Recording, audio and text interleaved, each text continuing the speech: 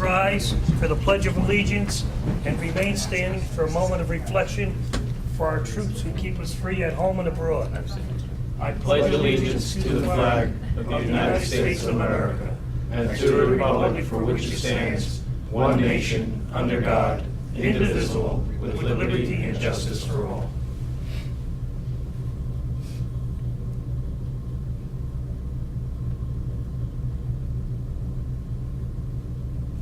Thank you. Lisa, would you please read the Open Public Meetings Act?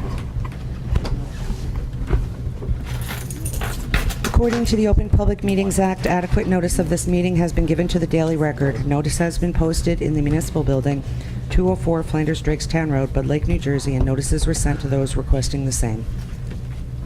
Roll call, please. Mr. Amianda? Here. Mr. Frente? Here. Mrs. Laybow? Mr. Perkins? Here. Mr. Roman? Here. Mr. Nicastro? Here. Mr. Mania? Here. First, as a discussion matter, we have Morris Habitat for Humanity request for funding. Mr. McGroarty?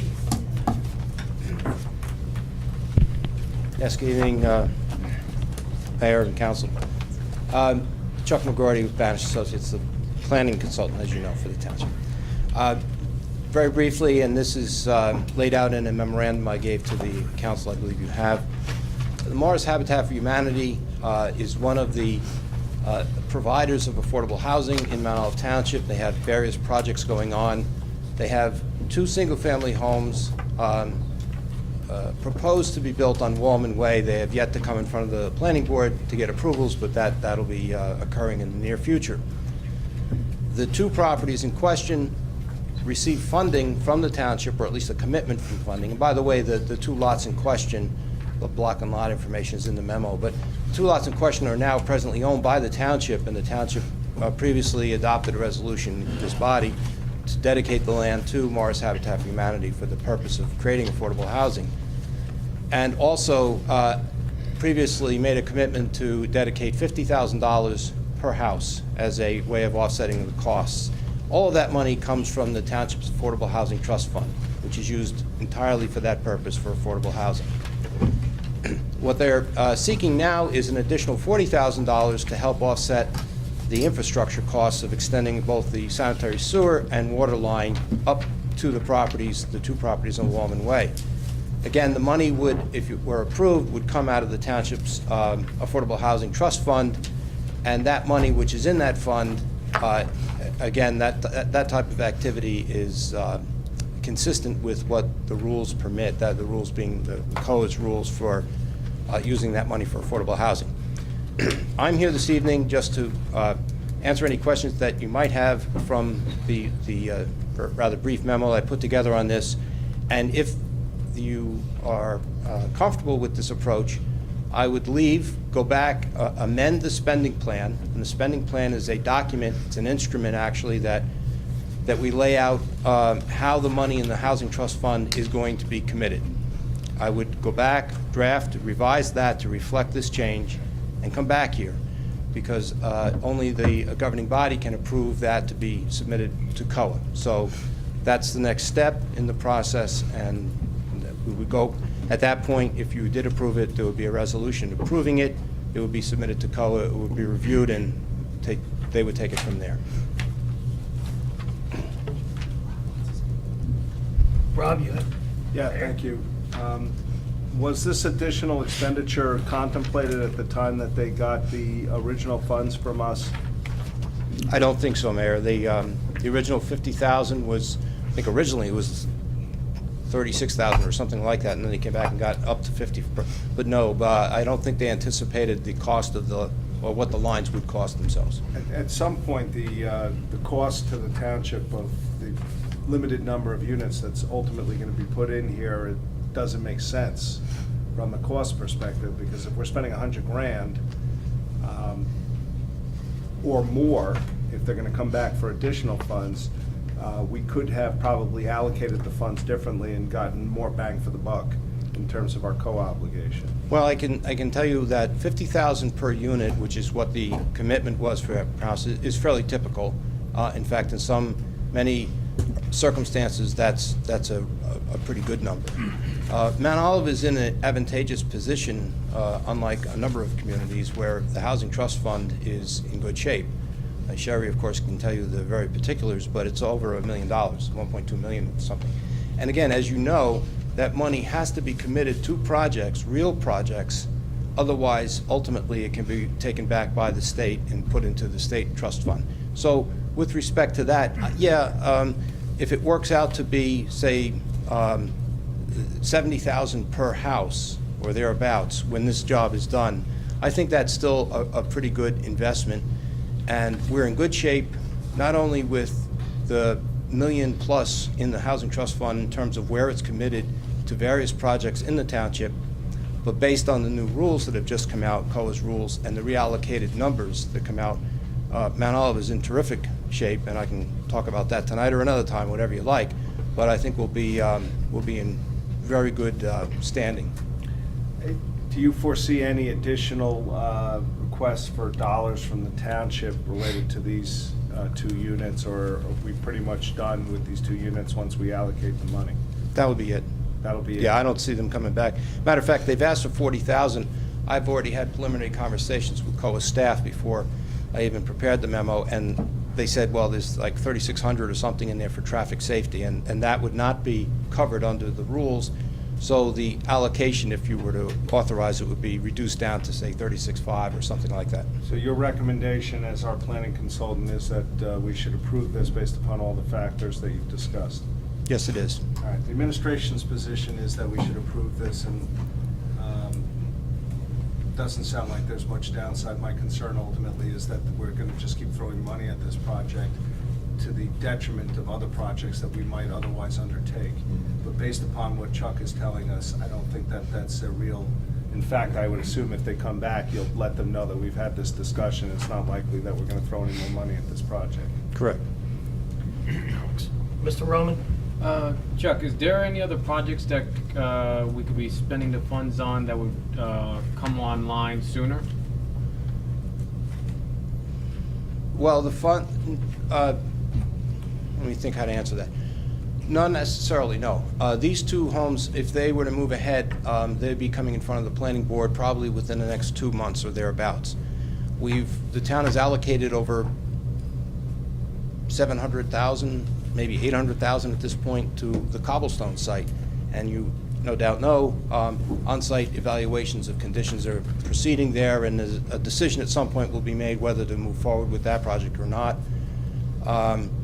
We've allocated, again, in the spending plan, probably something on the order of $100,000 for another project which are called accessory apartments. Now, based on the fact that COA's rules have changed, I may come back and suggest that we take that 100,000, or I won't be held to that number, I'd have to check it, but whatever the amount was that was allocated to the accessory apartment program, I'm going to suggest at some point I think that that money be reallocated elsewhere, because the rules have changed and that type of program will no longer help Mount Olive. But I'm confident, because we had to really address the amount in the Housing Trust Fund in terms of how it was committed and to what projects. We had to do that last year under the threat, as all municipalities in New Jersey that had trust funds, under the threat of losing the money to the state. And so we had a plan, we laid it out, we showed how that money was going to be spent, and we submitted that. And I mean, I can go through the details of the spending plan with you, not tonight because I don't have it with me, but we've been able to allocate it to various projects like special needs housing, for example, projects like this, Habitat for Humanity. We have a program that we're looking to do for rental assistance for existing units, rehabilitation of existing units. So I think there's no other projects that would suffer if we were to allocate funds to this? No, nobody's going to suffer. No one. This money is not being taken from some other project. Actually, money is still coming into the trust fund from projects like Toll Brothers that's still being built. So we're like I said, we're in a position where a lot of towns would like to be in this position where there's still money coming in, and we have to find the appropriate and legitimate places to invest it. Thank you. Mr. Perkins next, then you, Mayor. Mr. Perkins? Thank you, Mr. President. Chuck, I had put in a request quite some time ago with Habitat for Humanity, and part of some of the old projects that we had granted land to for them to build on, including the Loja Road that they built over a weekend, where they had the mass blitz. All of those homes were supposed to be built and certified to the Energy Star for Homes program. Now, the last time Habitat for Humanity came before us, I had requested copies of those certificates to be sent to our administration. We have yet to receive those.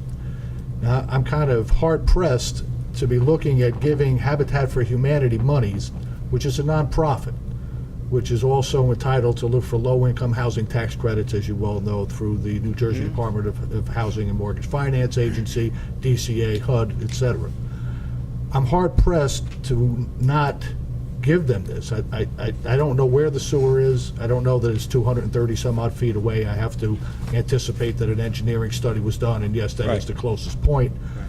My problem is they have made a commitment to build these affordable units to a higher standard than the code and to have them certified as such. And they made that representation because we require them to do that because we were giving them land and ultimately some money.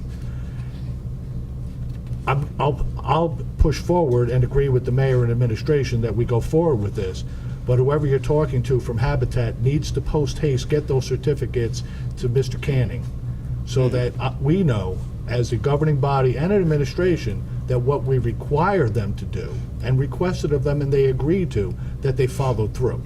Building affordable housing is great. An Energy Star home is 25% more efficient than code, which means that it's more affordable. Go into the sustainable thing, even though my colleague next to me is not a big green proponent. There's less carbon emissions. It is a greener and healthier environment. They did make those representations to us, Mr. Gordy, so I would appreciate it in your discussion with them, letting them know that I'm sure the council is going to approve going forward with this, that they owe us some paperwork that they've been delinquent on for well over 9 months now. I will let them know. Thank you, sir. Mayor? Thank you. On a separate subject altogether than you're here for tonight, I know that there are a number of different development projects that are going to get started in the township in the near future. And I know that some of the developers have an interest in doing their COA obligation outside of the parcels that they're going to be developing. And some of the concepts that, and I know that we have an ordinance which talks about a set-aside on the properties, but what attracts me is the concept of purchasing or developing properties within the township for low-income housing that are either foreclosures or dilapidated properties, and rehabilitating those properties and getting them back into use within the township. So I encourage you as the liaison, the planning liaison to the planning board, to take a look at those opportunities as they may arise, because I think it's a win-win for the township to not necessarily build all of the affordable housing on the tracks that are being developed, but let's rehabilitate some of the properties that are within the town. Yeah, Mayor, on that point, we do have a separate obligation the township has, as all town, or not all, but a number of municipalities have an obligation from, under the COA rules, for a rehabilitation component.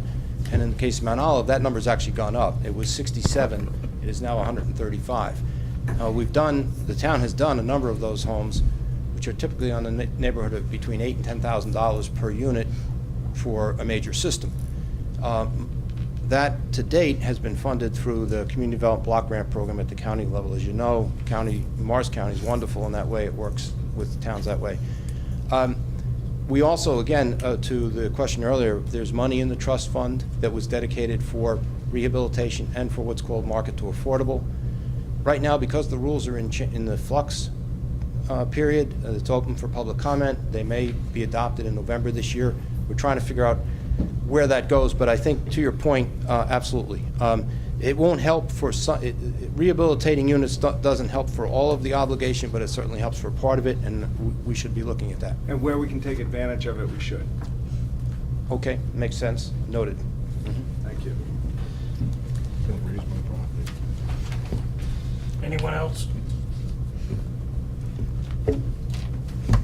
Councilman Perkins, I will tell Liz DeCoursey tomorrow of your concerns, and I hope we'll get an answer, or she will provide you an answer.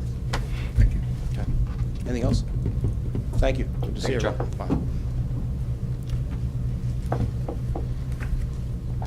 Next on the agenda is Safe Routes Initiative for Mount Olive. Sergeant Michael Quack. Mr. President, if I could just set the table for the police department on this. Sergeant Poquat and Officer Anthony have been instrumental in, and I give the police department tremendous credit. They sought out the mayor and I's, I guess, audience a couple of months ago with a terrific idea, and it stemmed from the Safe Routes to School grant, which the DOT had put forth. Sergeant Poquat was really the spearhead on this, and Officer Anthony as well. They've identified 3 phases in the township to really make a walkable Mount Olive, and especially around the schools, and just identifying needs. And I'm not going to get into the details, the police department will, but we applaud them for bringing that to us. So on our side, administration side, we sought the advice of Gene Bazinski, our engineer, and then which way to tackle this. And the first avenue was possibly the Safe Routes to School grant. Now our opinion from our engineer, and I'm sure the question will come up, is why don't we go through the DOT grant process on this? It's Gene's opinion and his experience that the state is not going to support these small, phased-in projects or accomplishments. And even were we to lump this together, we would not be favorable in the grant process at the state, and we'd end up wasting a couple of years down the road. We feel financially over the next couple of years, if not this year, that we can begin to phase in the objectives that Sergeant Poquat's going to discuss. So that's why we're taking this approach. And again, we applaud the police department for really working with us over the last 2 months to get to this point where they can brief council on the 3 phased-in plan, and whether that starts in 14 or it's a budgetary allotment in 15 is where we want to go on this. And we're excited about what Mike and Eric are going to bring to the table. Okay. Mayor? Real briefly, before you get started, first of all, I applaud their effort because it was an initiative on their part to bring it to us. And that's really what we're looking for from our departments, is come up with a good idea that I can take as my own and take credit for. And that's what the police department has come up with here. And in terms of a budgetary item, I'd like to get started with this project if council agrees in 14 with the reallocation ultimately to get this project moving forward. I think it benefits the entire town. Thank you for the kind words, and thank you for having us here tonight. Mr. President, can I just approach the bench one moment? I just want to make sure that Mr. Sure. K-Sec, do I have that correct? Yes.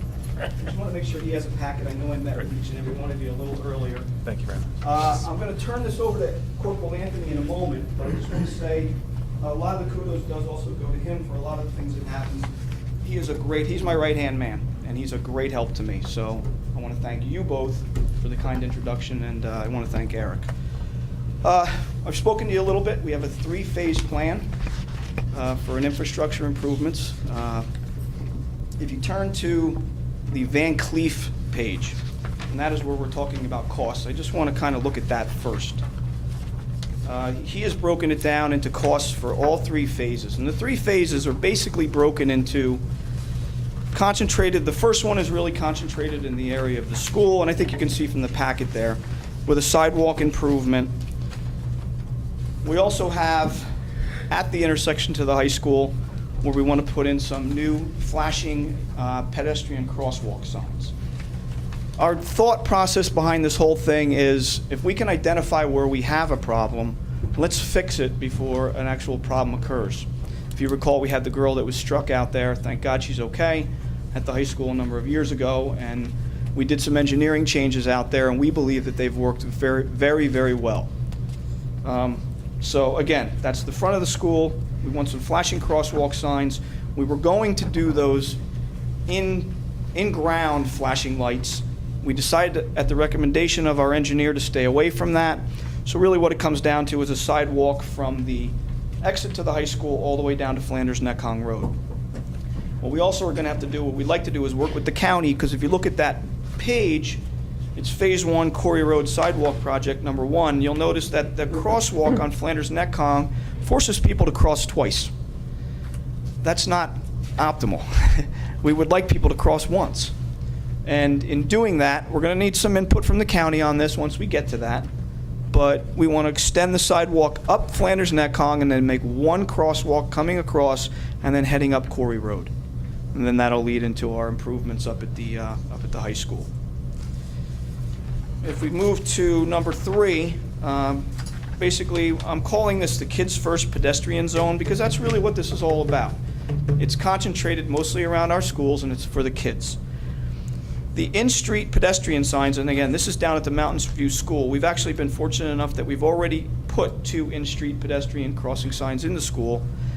The other thing we want to do is a radar speed signal or sign with a flashing LED, very similar to what we currently have on Corey Road. We are very happy with what's happened on Corey Road there. We think that it's worked. I know that speed bumps are not the solution for everywhere. They just aren't. But these speed signs seem to be something that I think everyone likes, and I think they work. The only problem is the company that we went with the ones on Corey Road, and Mr. Roman, you and I were speaking about this earlier, they haven't been the best. We had a problem with water in them. The company just isn't something that we want to go with again. So instead of that company, we actually got a quote for Decatur. And if you've ever heard of Decatur Speed Radar, and I think it's a good company, it's a well-known company, we actually want to go with their signs this time. So that is included in the Van Cleef quote here. The third phase of phase 1, or the third part of that, is, and again, I'm sorry, I'm maybe skipping some. There are some other pedestrian signs and some other radar signs that we want to put at other locations around the school. But then we get down to the middle school. The middle school sidewalk, again, we have one as you go down toward 46 on the right, and that's phenomenal. But on the left-hand side, we really don't have anything. We're forcing our kids that are walking to school or biking to school, more importantly, from Aldersgate to cross Wolf Road, one of our busiest roads, come up the sidewalk and cross again. Again, it just doesn't make sense to us. It's a problem waiting to happen, and we don't have a crossing guard at that location any longer. So the idea is to bring that sidewalk all the way up from Aldersgate and join it with the school. Along those lines, we also want to put additional speed signs, radar speed signs in, just like on Corey Road, in that location. And I believe that covers us for phase 1. Phase 2 was, and this is my favorite one actually, phase 2 was a sidewalk from the exit to the high school all the way to Turkey Brook Park. The way I was explaining it earlier was our crown jewel is Turkey Brook Park. And our high school is wonderful. People come to that high school just because of what we've built there. If there's a way to join the two and make it reasonable, we should. Now, some may argue, well, there's a trail in the woods that kind of joins the two. Well, it's not maintained, number one, and I have a daughter in the school system here. I really don't want my daughter walking through the woods. It's not high on my list of things to do. So I had put phase 2 as a sidewalk from the rear of the high school all the way over to Turkey Brook. Gene, who I respect his knowledge and everything else, and I believe he's right on this. We have some wetlands issues. We have some green acres issues. It kind of almost makes that an unfeasible project with just a sidewalk. But I don't want to throw that away. I want to move that to phase 3 with a thought process of doing 3 things. Number 1, where we can put sidewalk in, we put sidewalk in. Where we have wetlands that we have to traverse and we don't have solid ground, we see if maybe we can do an elevated walkway. Where we don't have that option and we have solid ground but we still have to have a permeable surface, we can do what we did at the exit road to the high school, or, Mr. Perkins, I apologize, you gave me the name of the block, the Echo Block. Echo Block. Okay, thank you. Which is, again, it's almost like a sidewalk, but it's a permeable sidewalk. So in saying that, I don't want to throw away just because he says it's not feasible right now. I think under just a sidewalk it may be, but I don't want to throw that project away. I just would like to move that to phase 3, and I think it's worth us just studying it a little more because I really, really think the town residents, and especially more importantly the high school kids, who when I see them running track are on the roads. We could have them run right out the back of the high school, down this beautiful path that we can make, right up to Turkey Brook. So I just want you guys to, I know it's not going to be cheap, but it may be a project that is well worth it. Phase 3, which now I'd like to move to phase 2, if you're following me, includes the Flanders-Drakestown Road Sidewalk Project, which basically is, I would like to put a sidewalk in from Corey Road, joining up with the sidewalk right in front of Tintz Road. I can't remember the name of the road coming out by Tint's Road. Greenbrier Court, thank you, he's my right-hand man. Greenbrier Court, and there's already a sidewalk there. If feasible, I would like to join those two sidewalks together, because at this point, we really have no way of traversing that section of roadway without being in the road. It's unsafe. Kids can't ride their bikes. We don't have room for a bike lane. It's a natural location for us to extend the sidewalk. Along with that is the Tinch Road sidewalk project, which is actually behind the Tinch Road School over on Tinch Road. And there's a stretch between the the school and Bennington that we don't have a sidewalk. Not very expensive. For another $10,000, we can do that one. The last one would be the Sunset Drive sidewalk program, which we're all familiar with Sunset Drive leading back into CMS. We were missing a sidewalk from Carson all the way into, as you get into CMS. It's not that long, 300 feet. Again, it's $10,000. So phase one, again, we're looking at $125,000. I believe that's the most important one. And that's the one that I think that we should really think about moving forward on. Phase two, again, I'd like to move to phase three and give us some time to work on that. And then, of course, phase three, move to phase two. Again, if you're following me, I apologize if I'm confusing. And again, we can do that at a later date once we see some of these other things work.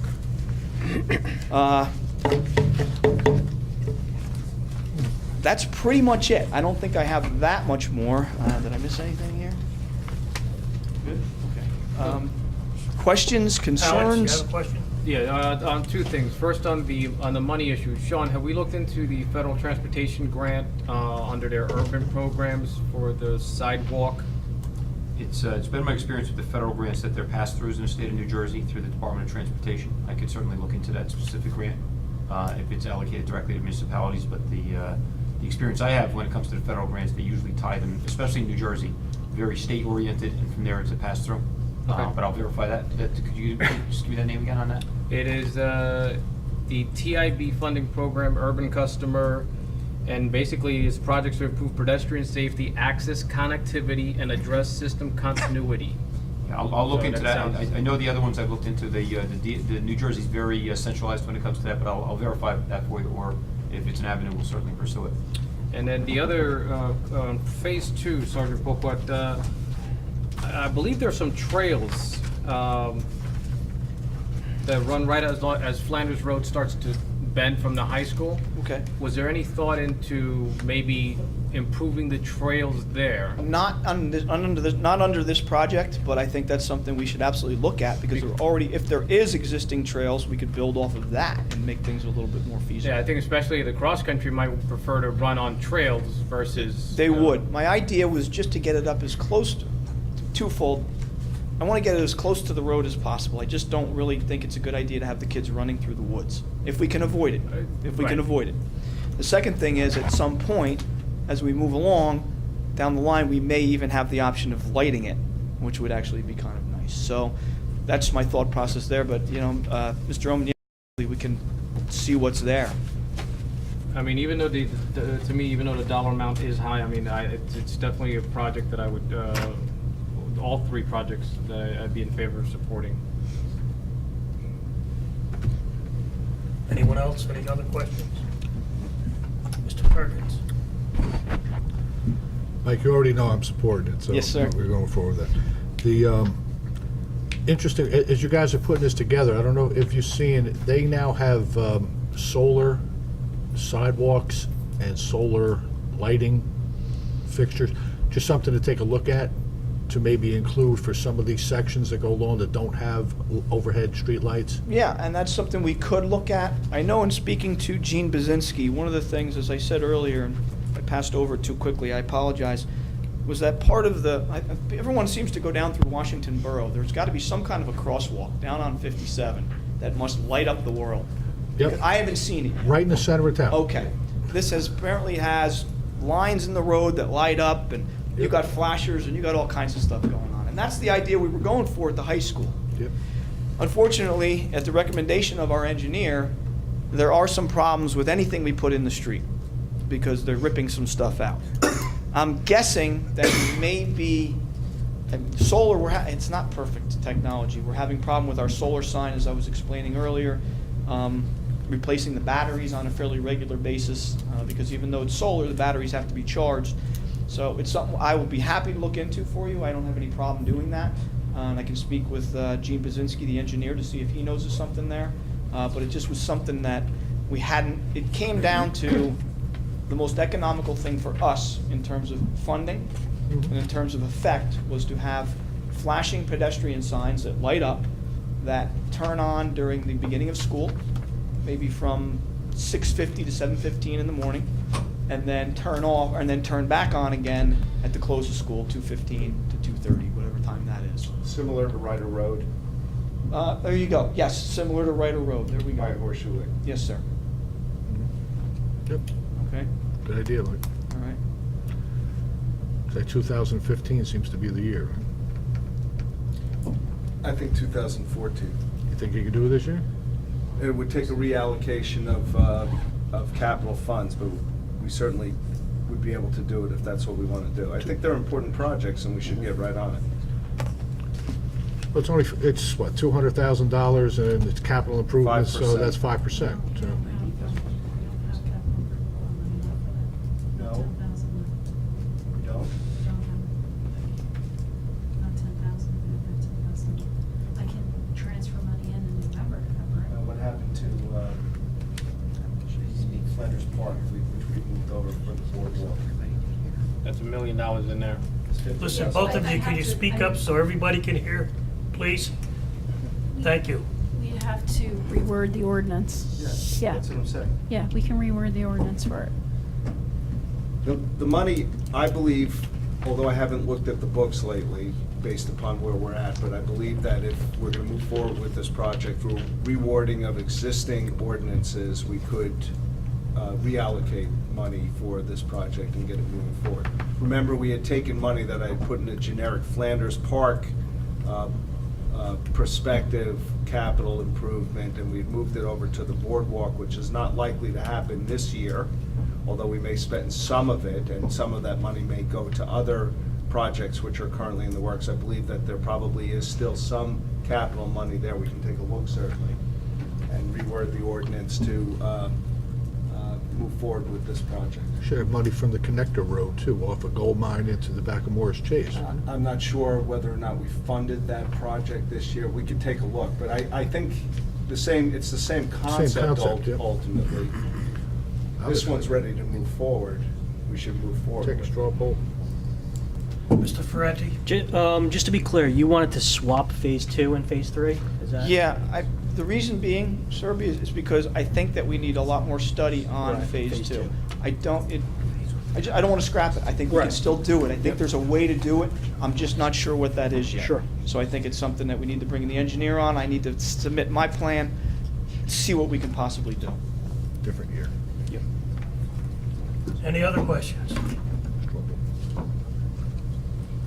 All good. Take a straw poll.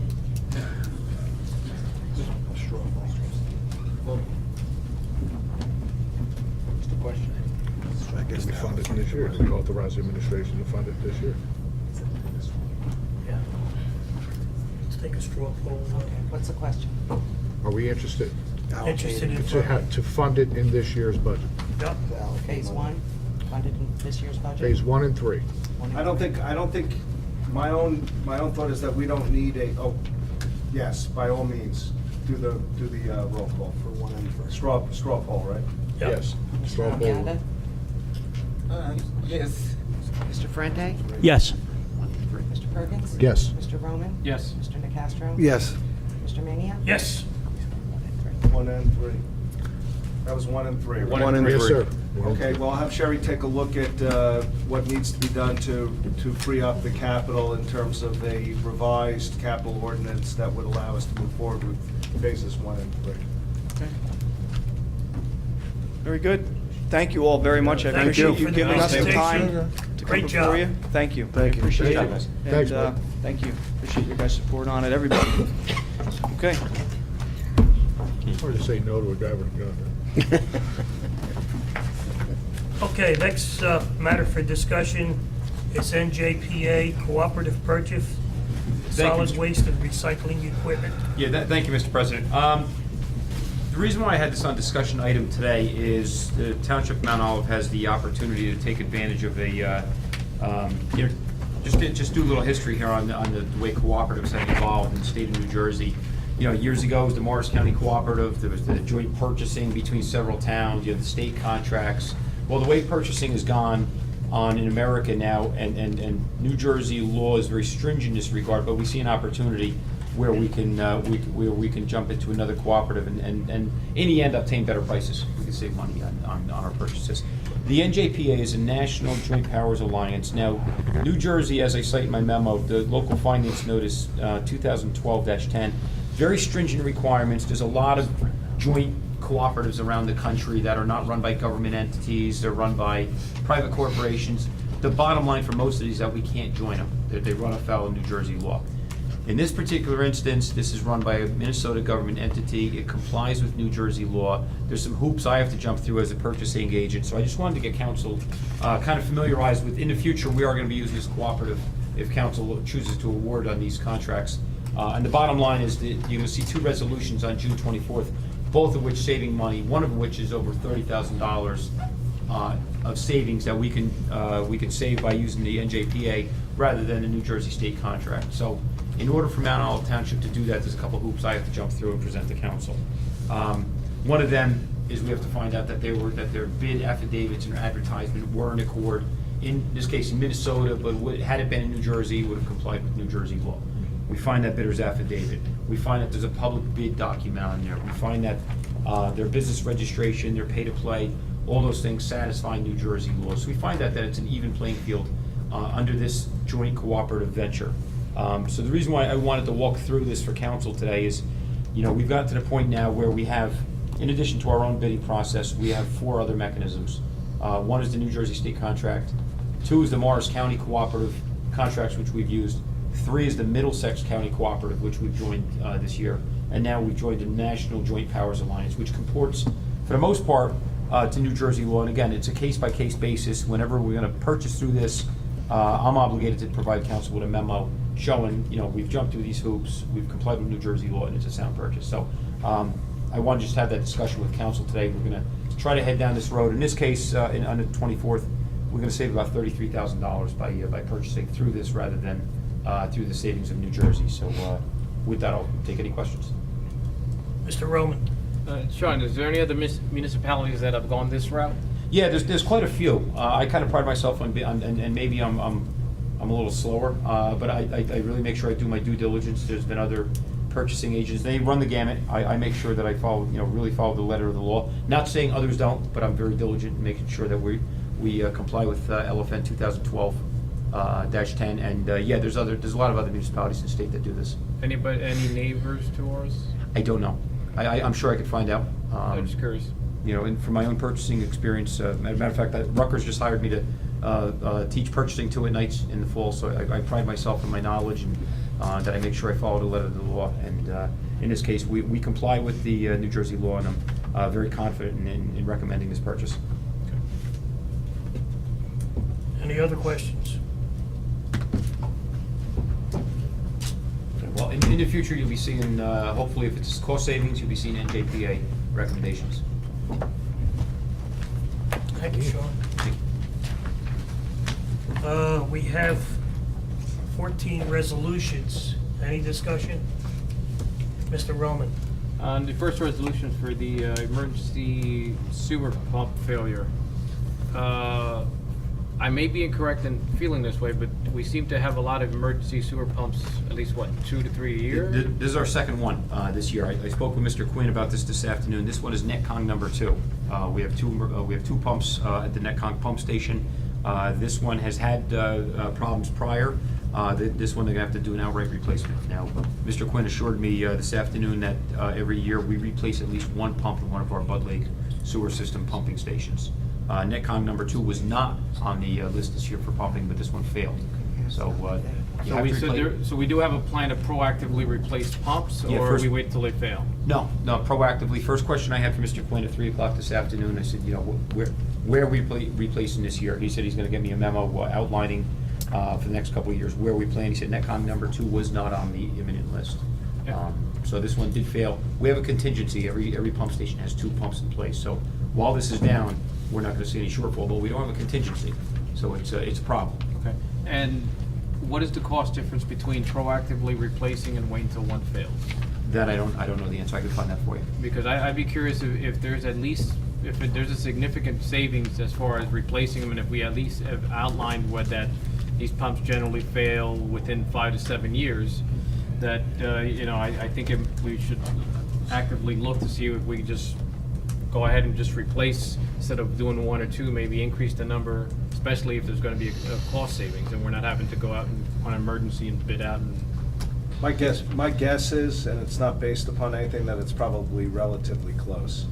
I'll find that cost. The sewer utility certainly is in the position to be able to accomplish that. If Yeah, there's cost that savings. should be something that's relatively easy to get. That's all I have, thank you. Mr. Perkins? Thank you. Sean, do we know what caused the failure? No, I don't.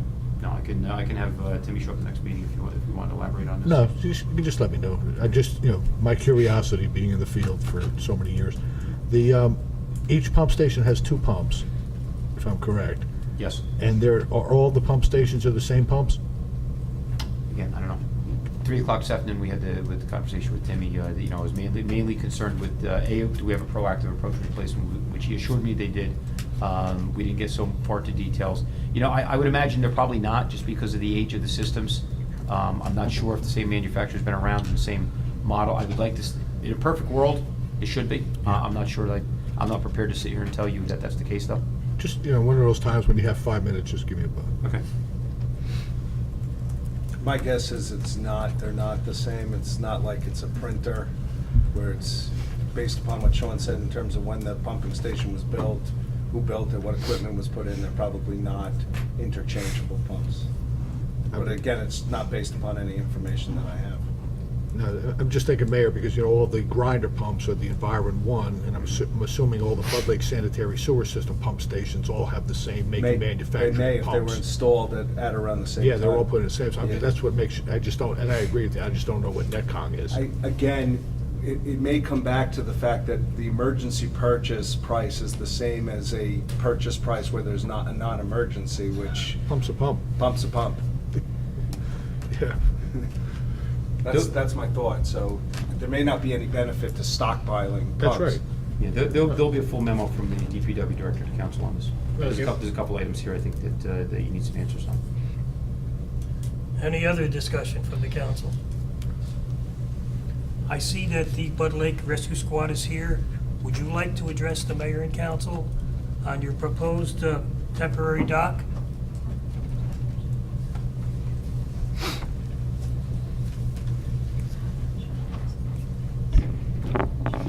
Barry Seifert, Bud Lake First Aid Squad. We're looking at putting if possible, a dock on Bud Lake, something that's removable. So we had talked to Sean Canning and some of the other department heads about putting a dock off of the beach area. Jill was at the meeting, and we want to put our boat on the lake. In the past years, we've had Docks Marina sometimes give us a free dock space. Sometimes we're right at the edge where we can get in, and sometimes they have us all the way down by the weeds by Mount Olive Road, or Manor House Road. And when we're in that far, it's too hard to get the boat out. The boat's 20 feet long. We can't even back out of the spot without hitting the other side of the inlet there. So we were looking at putting some kind of dock with salt, like with horses underneath it in the lake. We put them in the spring, take them out in the fall. Mr. Roman? How many times a year do you utilize the boat, and for what purposes? Whatever, the boat goes out for most of the holidays, so our big Memorial Day weekend, 4th of July weekend, and Labor Day weekend, it's usually floating around somewhere out on the lake. It goes out for anything where we might need it. So about a month ago, they had an issue out on a lake where there was an abandoned boat, and our boat was still in storage at the time. But if the boat had a place where it was on the lake, instead of us going to Docks Marina and hunting down somebody who had a boat, it would have been there. Mayor? Yeah, the only concerns that I have are, number one, whether or not you're looking for funds from the township, which I understand you're not. And number two is how it would impact other activities at the lake, specifically with respect to the beach season. And I'm told that that's all been worked out with Jill and that it's not an issue. So I have no objection at all. In fact, I encourage you guys to get it done as quickly as possible. So in the event that there is some event that requires you guys to be out on the lake, that you're prepared to do it. We were able to buy a dock used for around $200. It's 4 feet by 10-foot sections. We got 9 sections. We were hoping to do like a number 4 basically, so you would park a boat like in the middle. You would have dock spaces on a walk path on both sides of the boat. We originally talked to Jill over by the memorial that's over there by the beach. There's a fence and then there's an area with some weedy grass or green grass that's not on the memorial side, it's on the beach side, but you can walk around the fence, is where we were looking at putting this in. If for some reason, in our discussion came up that if the people of the area felt it was an eyesore or, you know, just didn't like it there because of the sensitivity of the memorial, we will take it back out. We're not looking for any issues. I have more than enough connections on the other side of the lake that I think we could either put it in if we talk to the Bud Lake Chapel or the Lakeview, one of the lakes on the other side, we could either approach that or approach somebody who already has a dock on the lake. But we would really like not to have to, get on somebody else's dock. I don't, in an emergency, kind of like when we had the ice, you got people flying into a parking lot or whatever. It's better to be parking in a parking lot than having to have 3 or 4 people park on Sand Shore Road, jump in a boat. You don't know how long they're going to be out there. They could be out there for 5 minutes. They could be out there for 2 hours. In the past, the boat's been used for, we've had different things over the years where they've had high-speed chases come down Netcong Road. I think we've had 3 or 4 go into the lake. And some of the people have tried to outswim the police. The boat goes out and gets those people. So it's just different things that we've used it for in the past. We've helped out Mount Isle PD with it. We've helped out other organizations with it. Mr. Perkins? Thank you, Mr. President. Barry, I agree with the mayor. I don't see any downside. Quite frankly, I think if there's any residents that might consider it even for 1 minute an eyesore, that the benefit outweighs any detriment. The mere fact that it's right across the street from your squad, and if something happens on that lake, you'll be able to get to those people a lot quicker than if you have to go down to Sand Shore or some other place. The figure 4, I think, is great, and that way you can be able to get equipment on and off, and God forbid somebody that needs to be backed out, you can pull them out quicker. You got my support 100% on that. I don't think that the residents are really going to be that big of an issue. And the memorial, from the children that unfortunately passed, on us in the frozen lake, I don't see that that's going to be any detriment. As a matter of fact, it's almost an honor in some respect to be able to sit there and remember those children and the hard effort of all of our volunteer rescue squads that were out there trying to save them. So I have no issues with that. Thank you. Any other questions? Thank you. Thank you. Thank you.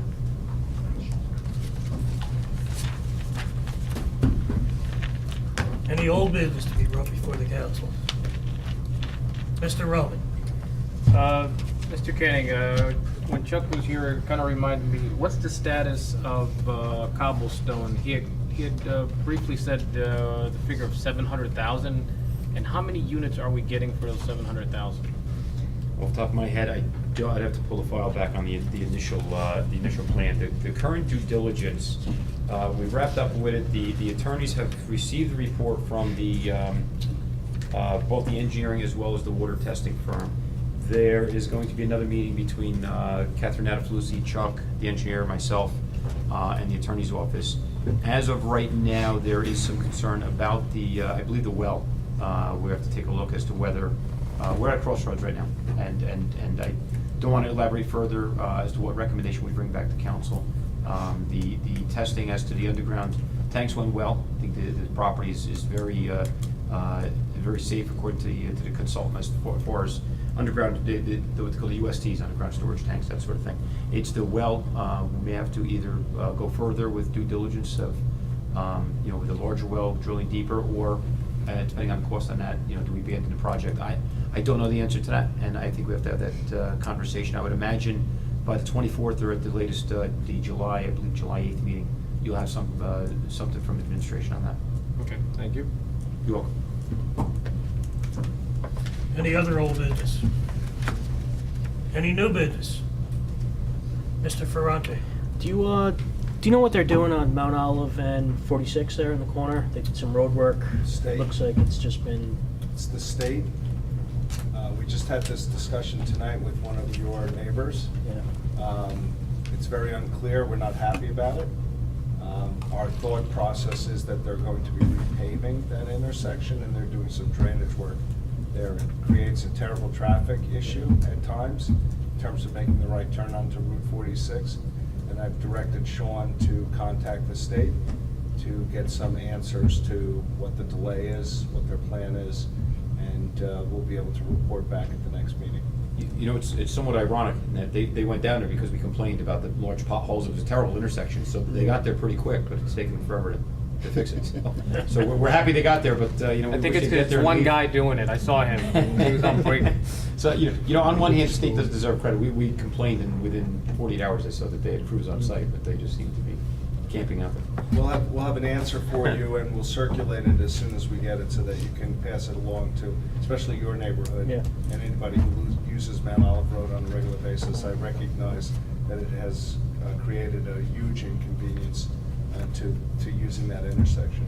Well, I even noticed, I think it was this past weekend, I guess either traffic cones were moved, so cars were actually going to the right lane where they weren't supposed to be. Yeah. And then I saw a couple of days later, they relined the cones, so just it's a dangerous spot. We will get the answer. Any other new business, Mr. Perkins? Thank you, Mr. President. It's kind of business, but it's not. I'm sad to inform everybody that Hilda Marson, the resident who we lost on Flight 93 on September 11, 2001, that her daughter, Betty Elizabeth Kemmerer, passed away this morning. Oh, sorry to hear that. She was battling cancer. It was my wish that she would have been alive to be able to see her mother's name on the 9/11 memorial that we would have here in Mount Olive Township. But I have no idea what the funeral arrangements are yet. But if you can keep the family in your prayers. They live in appreciate it. Pennsylvania, right? Yes, sir. Anyone from the public wish to be heard? If not, I'll close it to the public. Motion to adjourn to the public meeting. So moved. Second. Second. All in favor? Aye. Opposed? One day. Lisa, would you read the Open Public Meeting Act announcement? According to the Open Public Meetings Act, adequate notice of this meeting has been given to the Daily Record. Notice has been posted in the Municipal Building, 204 Flanders Drakes Town Road, Bud Lake, New Jersey, and notices were sent to those requesting the same. Roll call. Mr. Amianda? Yeah. Mr. Frente? Here. Mrs. Laybow? Mr. Perkins? Here. Mr. Roman? Here. Mr. Nacastro? Here. Mr. Mania? Here. Okay, first on the agenda is a resolution of the Township Council of the Township of Mount Olive honoring Bonnie Champ for her years of service, commitment, and dedication to the Township of Mount Olive. Mrs. Laybow is not here. Mr. Nacastro, would you do the honors? Yeah, Is it here? Yeah, it's the first item behind the agenda. yep.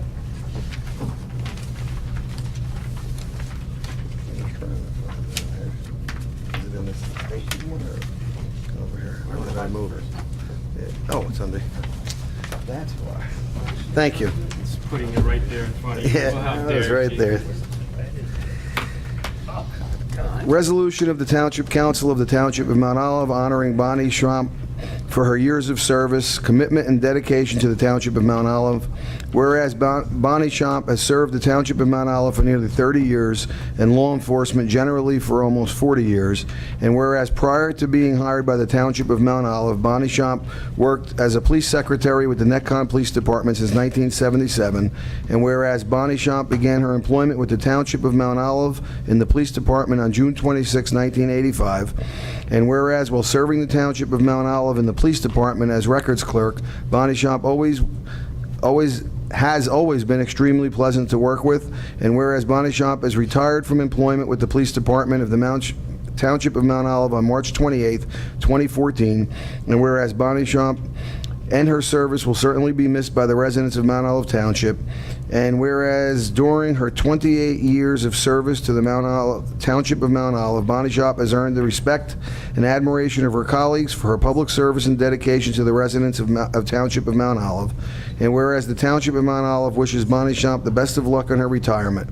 Now therefore be it resolved by the Mayor and Town Council of the Township of Mount Olive, County of Morris, State of New Jersey, that Bonnie Schomp is hereby recognized and honored for her dedication, service, commitment to the residents of the Township of Mount Olive, and appreciation for her career and contributions to the Township of Mount Olive. Second.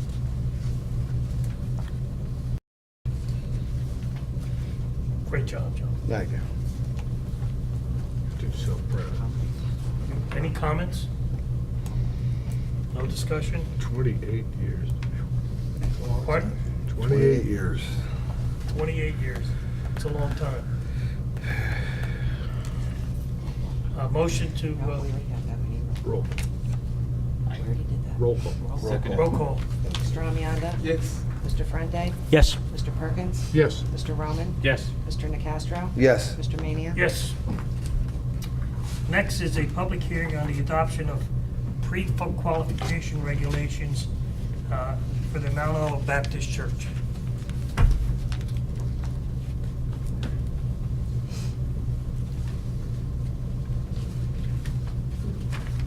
Kathy Murphy, Mount Olive Historical Society.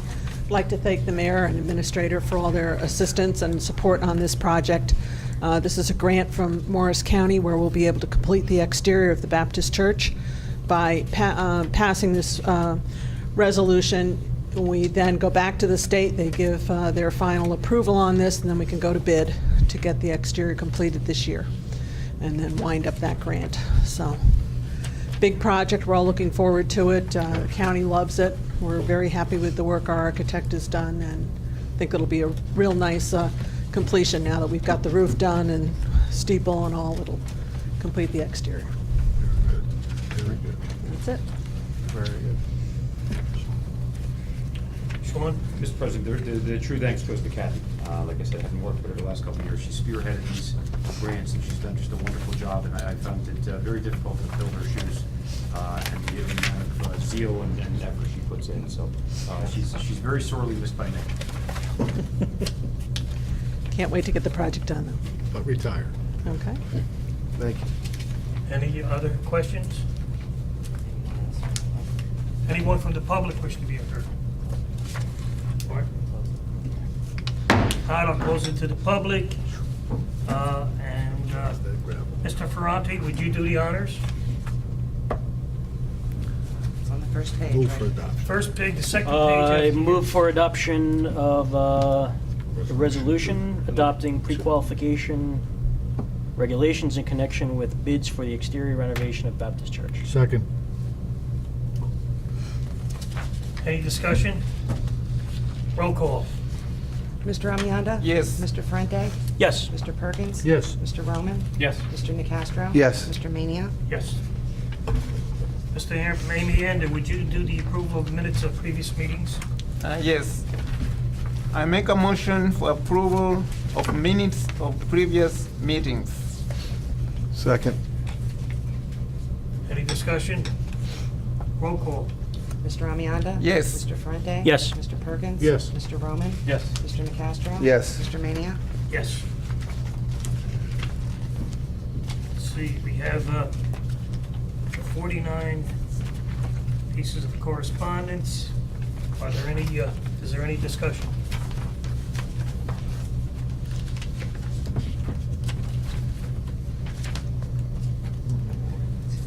Next is the consent resolutions. Yeah, no ordinance. Pardon? None. Order myself. No ordinances, no. Does anyone wish to move the consent resolution, any to non-consent?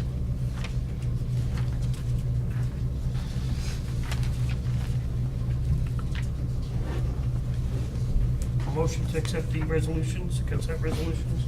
Mr. Perkins? Thank you, Mr. President. I make a motion that we accept consent resolutions numbers 3 through 14. Second? Is there a second? Second? Mr. Ferranti, second. Any discussion? Roll call, please. Mr. Amianda? Yes. Mr. Frente? Yes. Mr. Perkins? Yes. Mr. Roman? Yes on 3, 4, no on 5, and then yes on 6 through 14. Mr. Nacastro? Yes. Mr. Mania? Yes. Anyone from the public wish to be heard on any consent resolutions? If not, I'll close to the public.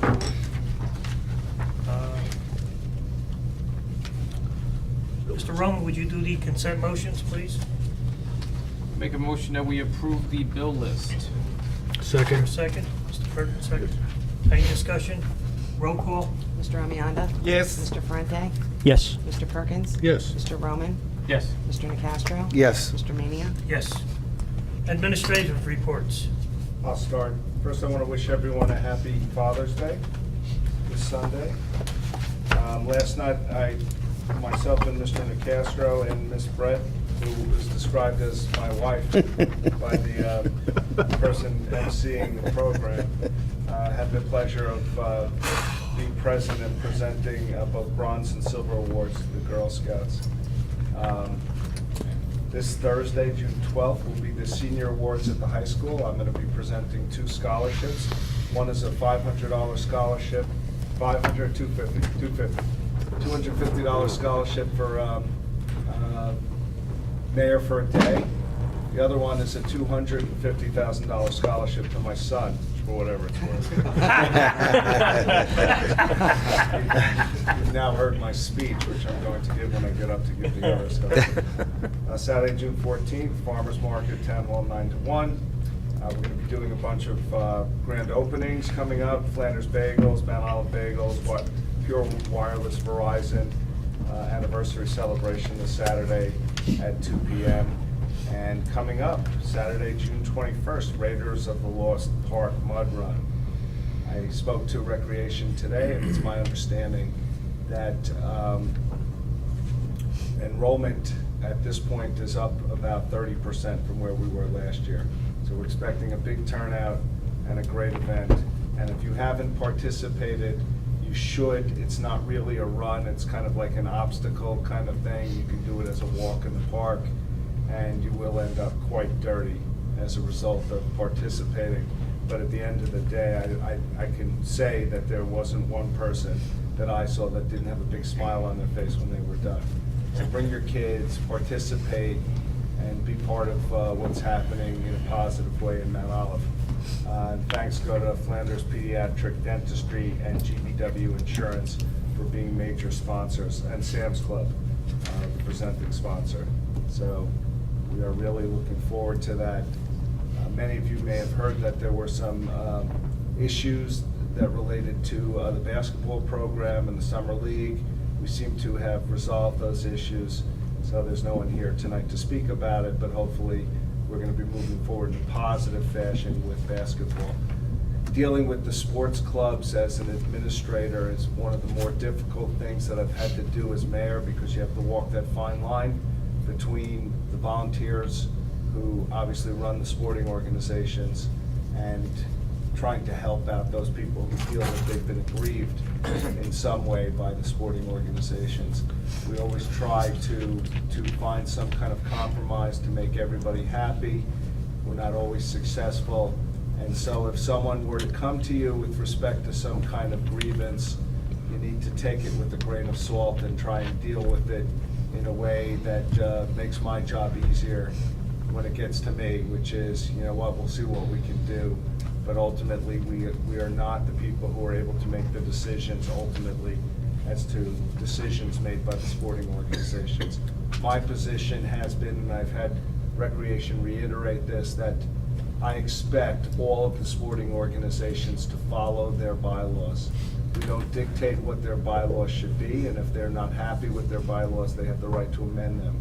But ultimately, if we are insuring the sporting organizations as quasi-entities, I expect nothing less than compliance with their own bylaws. Finally, with respect to the sporting organizations, I've directed Jill to tell each of the sporting organizations that they need to get E&O insurance and indemnify the township, because ultimately, if we're not involved in their decision-making process and they're sued as a result of decisions that they've made, we shouldn't, the taxpayers shouldn't bear the brunt of those decisions. And so, if anyone should come to you, that's why that decision was made. I think it's consistent with the way that we have dealt with other organizations, including the fire departments in the past, where we had issues that came up as a result of the way that those organizations were run. Thank you, Mayor. Mr. Mr. Roman? If I can chime in on what you were saying there, I think, yeah, throughout the years, I've been approached by various organizations with different issues, and I would say 9 times out of 10, it was a failure in not following the bylaws, and half the time of them not having adequate bylaws. So I hope this is a lesson to other organizations that they need to shore up their bylaws. Thank you. Any other administrative reports? Thank you. Any old business? New business? Legal matters? Just one item tonight, Council President. We wanted to provide an update to Council regarding the Paragon Village Independent Assisted Living Facility site. This was an assisted living facility for seniors. They were operating under a payment in lieu of taxes structure. The property owner defaulted under the program on their loan, and the state of New Jersey took over the property. The state is now looking to sell the property to a new developer. We've been trying to come up with a tax structure that's favorable to the township. Fred, with the help of Jack Marchione, has been working with the Housing and Mortgage Authority of the state, and we hope to have a proposal for the next meeting for council's consideration. They have somebody interested in the purchase? They're looking for a purchaser. Okay. Council reports, Mr. Emianda. The Board of Education met June 9, 2014 at 6:30 p.m.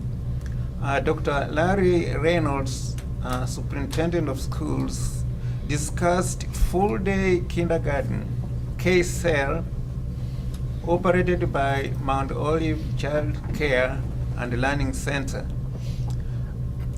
Studies have shown that full-day kindergarten improves children's learning and literacy. Enrollment in K-CEL full-day kindergarten is limited due to lack of space and funding. Next, Mr. Kevin Stansbury, high school principal, gave a report of 2014 HASPA results. Our students did very well on those tests. The board took actions on monthly expenditures, personnel, curriculum and instruction, business and administrative matters. The meeting was well attended. There was a crowd of people.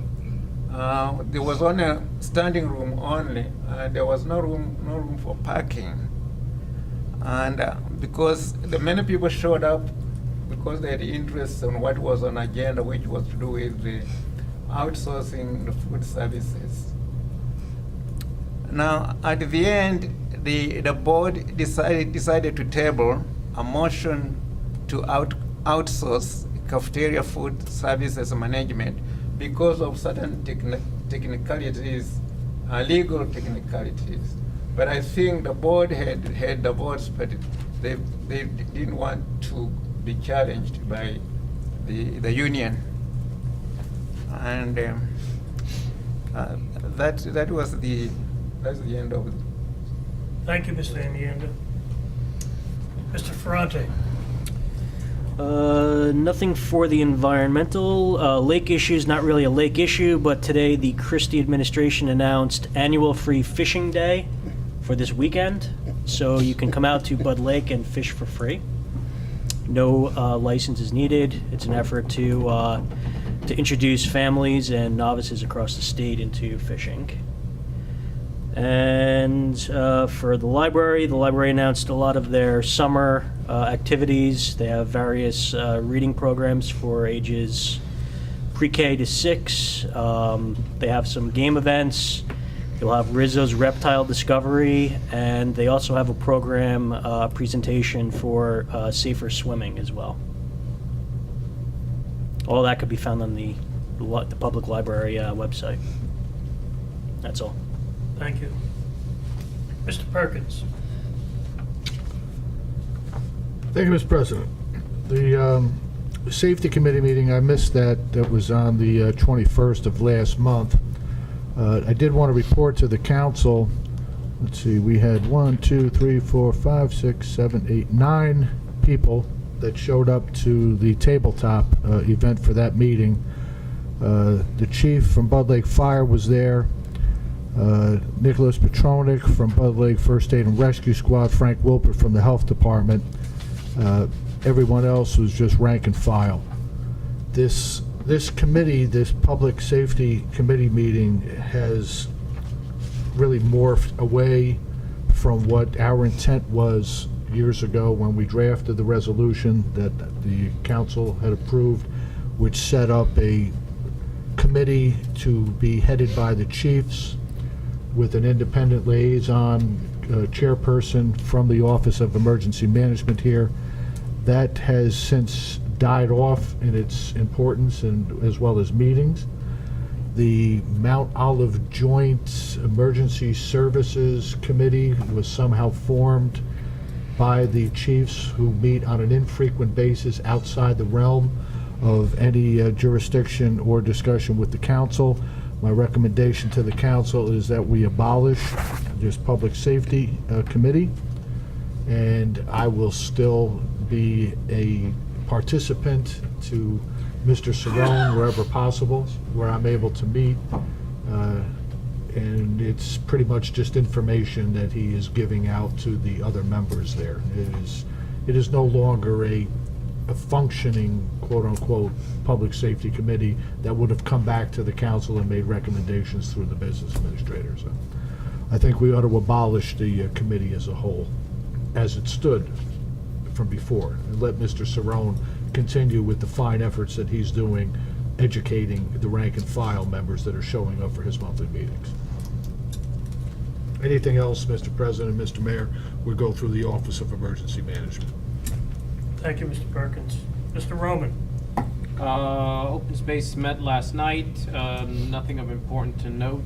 And on recreation, I'm proud to say that the Mount Olive 12U girls softball team, travel softball team, has made it to the World Series 2 years in a row.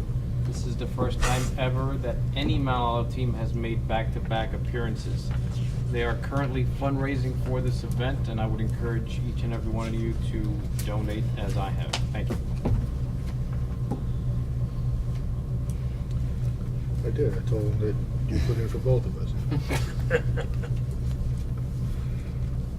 Mr. DeCastro.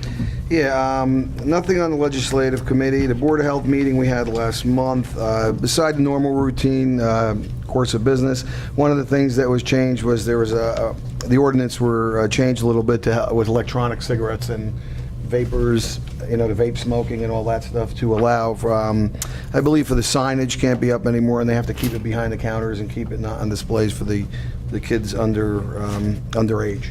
Other than that, it was a normal course of business. Thank you. Planning board meeting was canceled, so there was no meeting. Anyone from the public wish to be heard? Not, I'll close it to the public. Council comments. Mr. Amianda. None. Mr. Ferrante. Nothing tonight. Mr. Perkins. Thank you, Mr. President. Be brief. This past Saturday, June 7th, I was once again honored to be able to act as a guardian for a fellow veteran on the honor flight of Southern New Jersey trip down to Washington, D.C. Last year, I took our Korean veteran, Mr. Alan Kurtzba. This year, I had the distinction of being the guardian for Mr. Gerald Sheard. Wow. He is also a Korean War veteran, rather salty old dog for most of us that know him. But as the day progressed, having the officers who were stationed at various intersections on the way through Glassboro, all snapping and to attention and saluting the buses, brought a little tear and started to break him down. The fire department in Glassboro had the ladder truck out with the huge American flag across the road. All of their staff was in dress uniform, standing at attention with an honor guard, saluting as the convoy went by. We were escorted by 60 motorcycle riders from the Nam Vets, who also made it all the way down to Washington, D.C. and greeted the veterans when they got to the World War II Memorial. Senator Bob Dole and his wife Elizabeth were sitting outside the World War II Memorial and greeted each one of the 200 veterans from our group, as well as everyone else from other honor flights from around the nation that came in. Jerry had a good time. Got to talk to a lot of old people, and you know, everybody has their Navy hat on, so they're different ships, and they talked about all the different ships they were on. On the ride back, they had the proverbial mail call, which includes a packet with letters from local school children thanking the veterans, you know, for their service and time and what they have done. And of course, unbeknownst to the veterans, there's letters from their family members that are inside there. And he was kind of confused by the envelope because it was in a Budd Lake Fire Department envelope, and he didn't know why that was inside. And when he opened it up, it was a letter from his son, Bobby, the chief, which obviously touched him much because the tears began to flow. So by the time we were done with dinner and all the saluting and all the gifts and the ride home, he now, he's not as salty as he was, Mr. President. Thank you. Thank you, Mr. Perkins. Mr. Rowley? I have nothing, thank you. Mr. Nicastro? Nothing? A couple of things. One, I too will be attending the scholarship. I have two $500 scholarships from the Italian Club of Mount Olive that I will be presenting. And if anyone missed the Eagle concert last Friday night, you missed a good show. I'll tell you, it was fantastic. And the talent of our superintendent of schools was amazing. I didn't realize he was such a talented guy. Is Jack Greenbaum getting either of those Italian scholarships? We know a Wood got one. Motion to adjourn. So moved. Is there a second? Second. All in favor? Aye. Opposed? Thank you, gentlemen.